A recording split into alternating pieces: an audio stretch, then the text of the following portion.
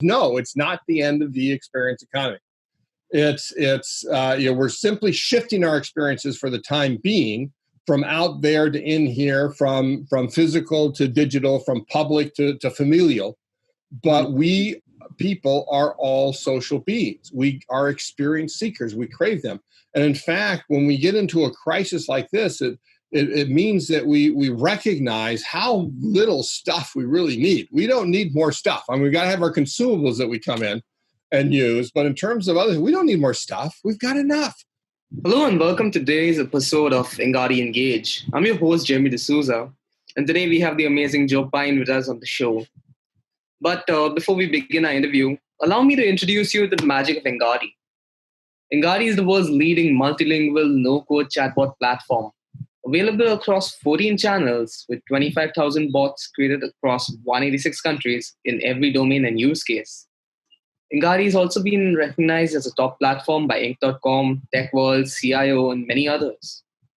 We run the Engati blog, video channel, and the Engati Engage podcast, receiving upwards of 300,000 visitors annually. And now, for our guest, Joe Pine is the founder of Strategic Horizons LLP and the co-author of The Experience Economy. He's an internationally acclaimed author, speaker, and a management advisor to Fortune 500 companies and entrepreneurial startups alike. In 1999, Joe, along with James H. Gilmore, wrote the best-selling book, The Experience Economy, which demonstrates how goods and services are no longer enough. What companies need to offer today, what they have to offer, is experiences, memorable events that engage each customer in an inherently personal way. Joe, we're really thrilled to have you with us today. Pleasure, Jeremy. So, before we dive into the interview and get all the inside details from Joe, we have a quick announcement for you guys. We have something special for all of you at the end of the interview. We have a gift of sorts.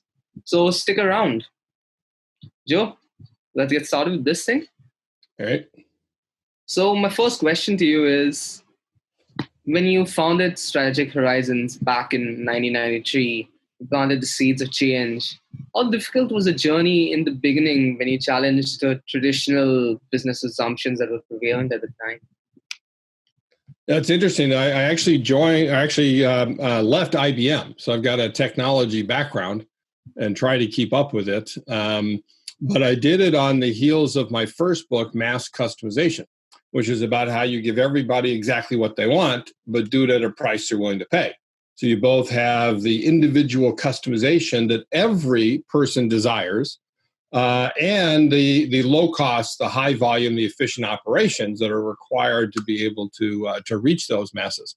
And so that was the first traditional business assumption that I challenged, was the notion that we had to standardize everything to be able to reach the masses. That mass production was really a paradigm, not just in manufacturing, but in service companies as well. And so I showed the way that you can, in fact, mass customize, efficiently serve customers uniquely. It was actually in late 1993 or early 1994 that I then discovered the experience economy, because I realized that customizing a good automatically turns into a service. And when asked, well, what does it turn a service into? I said the customization automatically turns a service into an experience. And it was sort of like, wow, that's something. So I realized that was true. And if so, then experiences were a distinct economic offering. And therefore, we'd have a economy based off experiences. Mm-hmm. And so I first wrote about it in 96, I think it was, 95 or 96. And then the first book came out in 99. We had an updated edition in 2011. And then just this year, 2020, we re-released it in hardcover with a new subtitle on competing for customer time, attention, and money, and a new preview on it. And so I can talk about authenticity and other books I've written, but they all do challenge the traditional business assumptions, like you say. And it's very difficult. People often ask me, like, why aren't more companies doing this? And the basic answer is mindset. It's mindset, is that they don't have the right mindset. They keep the old mindset of things, whether it's mass production, whether it's products and services, right? That's what people say when they don't recognize experiences. And they got to get out of that mindset. And so the books that I've written and the other work that I do really focuses on getting people to understand what's going on now that they don't yet see, and get them to change that mindset. And one of the best ways is to look at their own lives as consumers. I'm talking to business people, but look at what you do in your consumer life, and you can see all of these shifts.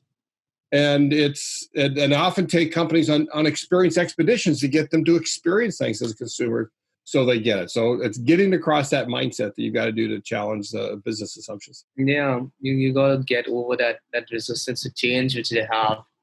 I think everyone's just too comfortable doing what they did 20, 30 years ago. Right. Okay. So how do you go about helping businesses generate economic value? What's the process that you follow? Well, so one of the interesting things is that my company, we've got a small company, 3 people, right? We don't do projects ourselves. So we partner with companies that do, with large consulting companies and even some small ones that have more of a flow process of here's how to do it. But many companies can do a lot by themselves. And so first of all, it's reading what we've written, understanding the principles, listening to talks that I've given and so forth, coming to an event and that. And we actually have an experience economy expert certification course that people really want to get in and dive into details and become experts at it, then go back to their companies and make a difference. Sometimes they're chief experience officers of companies and so forth. So then I usually come into companies with a speech and or a workshop to get them to wrestle with the ideas, change that mindset, first of all, not just whoever invites me in who already has the right mindset, but to everybody else that I can reach there inside the company, and get them to develop ideas on what they can do differently. And then often do what I call episodic consulting or armchair consulting, where I come in an armchair and be smart and help them look at their strategy, look at their plans, give them feedback, get up and say, here's a model that you need to think about that would help you go through there, and really push them to really embrace as many of the principles of the experience economy as humanly possible. And then when it comes time to implementation, we can do an assessment of it, take a look at it. And also we have a frontline video training offering called OnStage. And OnStage is about directing your workers to act, about putting them on your business stage so that when you create that experience, whether it is in a physical place, whether it's online through a medium like this, whether it is in chatting or email or normal, more marketing things, that to really create that experience by engaging each individual person and an inherently personal way, and then create that memory, which is the hallmark of the experience. Mm-hmm. Yeah, experiences need to be memorable in the end. So my next question to you would be, how do you believe that automation and AI are going to change the entire nature of the CX industry? How can conversational intelligence help businesses enhance customer experiences and maybe even create customized experiences at scale, like you were talking about? Well, first of all, I don't tend to like that term CX, or customer experience, because when most people use the term, they don't mean what we're talking about. They don't mean the experience economy. What they mean is, let's make our interactions with customers nice and easy and convenient. Mm-hmm. And those are service characteristics. I mean, they're all well and good. We need those when what people are looking for is a service. But services are basically about time well saved. But experiences are about time well spent, that people actually value the time that they spend with you, even want to have more of that time. Mm-hmm. So yes, you build on top of the nice, easy, convenient, then those opportunities to create an engaging experience that, again, is memorable, right? If you didn't create a memory, then you didn't really create an experience. Yeah. So there's a lot that automation and AI can do, particularly in, one, providing that time well saved base, and two, new ways of engaging people and augmenting the capabilities of people to be able to do that. I talked much more about that in this book, Infinite Possibility: Creating Customer Value on the Digital Frontier. And there's a lot of things in there about how you use digital technology to really fuse the real and the virtual. And that's one of the things that automation and AI can be able to do, is help you create experiences that weren't possible without that sort of technology. And AI in particular enables mass customization because it'll be able to sift through the data of me individually. What is it that I want next? What is it that I want at this moment in time? And then amongst all the offerings, ideally you can customize them down to my individual needs at this moment in time. So essentially it lays the groundwork for you, to get the niche things out, and then you can widen into the entire thing, go from customer experience to the experience economy through that, right? Yes. Sounds great. Okay, what are the key points that businesses need to improve on when it comes to experiences as a whole? Well, one of the things what we outline in the new book is basically I've come to call them the 5 adjectives. Right? There's 5 adjectives. These are the things that you need to do. You need to create experiences and design, create, and stage experiences that are robust, cohesive, personal, dramatic, and even transformative. And robust experiences are about taking the experience you design and really expand out the possibilities. So you really hit a sweet spot that truly is engaging with people, allows them to both absorb the experience and be immersed in it at the same time, to both be actively involved in it and to passively be able to see what's going on and reflect on it and so forth. So it's a robust experience. Cohesive experiences are about coming up with a theme. And a theme often gets a bad name because you think of a theme park with all its fantasy elements, or a theme restaurant where it's all in your face. But a theme is simply the organizing principle of the experience. And you can theme, any experience. All experiences actually are already themed. It's just whether you're doing it intentionally or not. But whether you can theme customer experiences for customers, and theme experiences for employees. You can theme experiences for B2B. Everything can be themed, and it allows you to be cohesive. Everything then hangs together. You don't have elements that don't fit, basically. Personal experiences are what we talked about with customization. Customize the goods, customize the services to be able to create that great, engaging experience, because experiences actually happen inside of us. They're the reaction to the events that are staged outside of us. So the more you customize everything, the more you're going to reach inside of people and engage them, and again create that memory. Dramatic experiences are about the arc of the experience, the story structure of it. That you don't want an experience that just is flat like this, where nothing happens, right? That's nice and easy and convenient. Okay, that was nice, that was easy, that was convenient. No, you want to rise up to a climax and come back down again. That's what stories do. That's what experiences need to do to be truly remarkable and, again, truly memorable. And that's where theater comes in, right? That you need to embrace theater to create that drama for your customers. Mm-hmm. And that again, that applies whether you're on a phone call, in a chat, via a string of emails, or any live interaction that you have, whether digital or physical. And then finally, transformative gets at the fact that what happens when you customize an experience, when you design an experience that's so appropriate for this particular person, exactly the experience that they need at this moment in time. Well, that's when you can turn it into a life-transforming experience, an experience that actually changes us in some way. And transformations are actually a 5th and final economic offering after commodities, goods, services, and experiences, where you're guiding people to change, where you're helping them achieve their aspirations. And there's no more economic value you can do than help somebody achieve its aspirations, whether it's in a fitness center or healthcare, or coaching of all stripes, or management consulting, the business that I'm in. People never hire me or big companies unless they want to change business as a result. And how can you go about giving it to them? Yeah. And I love the point about dramatization, where you need a high, because in any experience in life, you're not going to remember something which is just smooth and easy. Right. You remember the peaks, you remember the great experiences, and the rest of it, well, it falls away. Exactly. Yeah. Right. Remember the peaks. That's a great phrase. Mm-hmm. Okay. So all organizations need to be customer centric at this point, but that's easier said than done, right? What can organizations focus on and start doing to actually get that customer centric culture in their DNA? Well, and I'm a huge believer in customer centricity. There's some people that say, "Oh, we should move over to something else," but no, it's a wonderful place to start. But it comes back to mindset. You got to have the right mindset. And number one, even companies that use the term customer centricity, they usually don't mean it. They mean market centricity or segment, right? Or niche. We're going to go after these. Groups of people, personas. Personas are not customers, right? Companies don't understand that. No persona is a customer.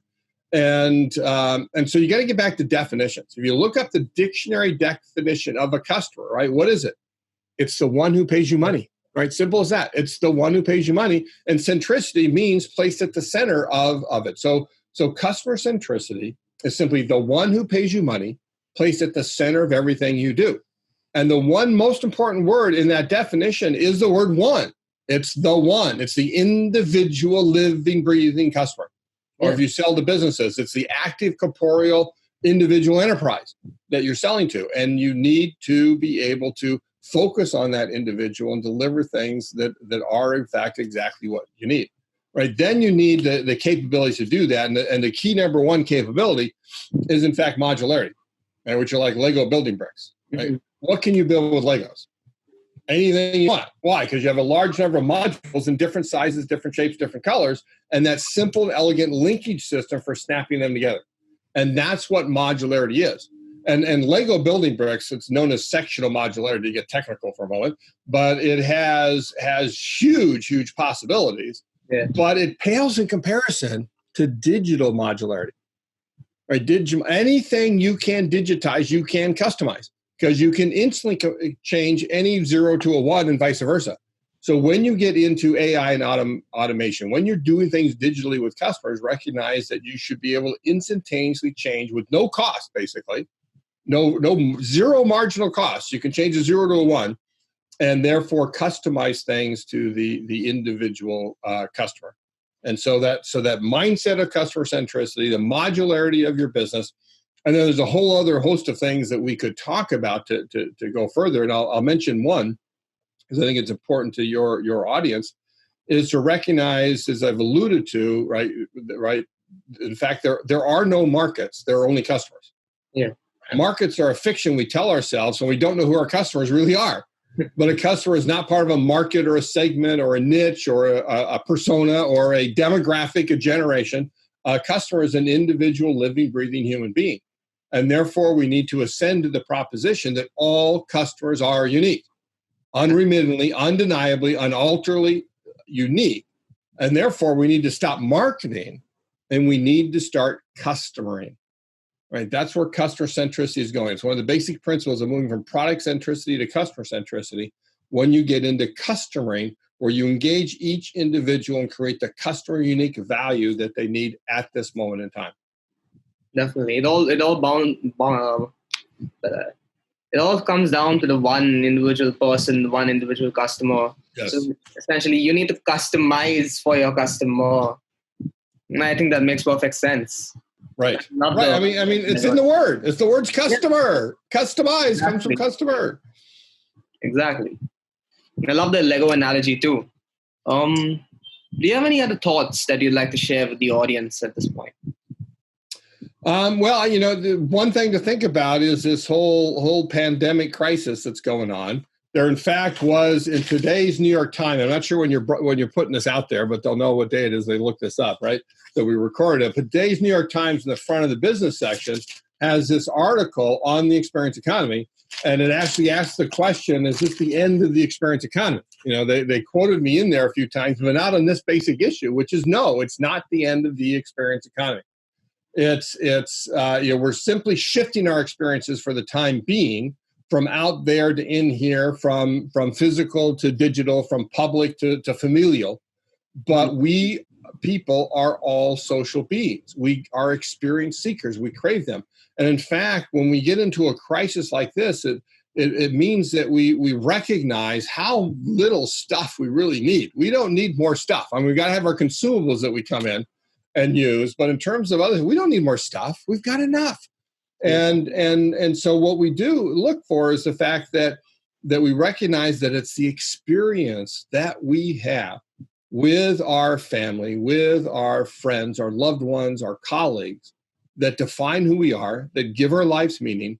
And so the experience economy, one, it didn't go away, but two, it certainly has gone down. but it's going to come back because of that basic fundamental human desire for social experiences. Yeah, absolutely. That makes great sense. Joe, this has been a really insightful, amazing conversation over here. Where can the audience find you? On your LinkedIn, on your Twitter? Yes, you can find me on LinkedIn, Joe Pine, and on Twitter at Joe Pine, JoePine. So that's easy. Don't look for me on any other platforms. I'm not on Facebook, not on Instagram, but LinkedIn, happy to talk, and Twitter. Then you can go to www.strategichorizons.com, strategichorizons with an S.com, and learn about all of our offerings, learn about our ideas. We have thoughts page there. I recently came out with an article you can find there on what companies should be doing right now to confront the corona crisis. Mm-hmm. You can learn about our Experience Economy Expert Certification course, as well as our on-stage frontline video training offering as well. That's amazing. I'm sure everyone's going to rush right over there, check your profile out. And guys, you really should do that. Go over there, see all the value that he has to offer you, and then see if he can help you out with something. I'm sure he'll be able to transform your business, as he said. Okay, now since you've all stuck around so long, we're really excited to announce that our new ebook, The Evolution of Customer Experience, is out. It's available for you to download completely free. It's going to be in the resources section of www.engati.com, or you can go straight to www.engati.com/ebook. We'll also link it down in the description. And we will definitely be back with a new episode and a new expert really soon. So stay tuned, guys. We'll see you around in the next episode.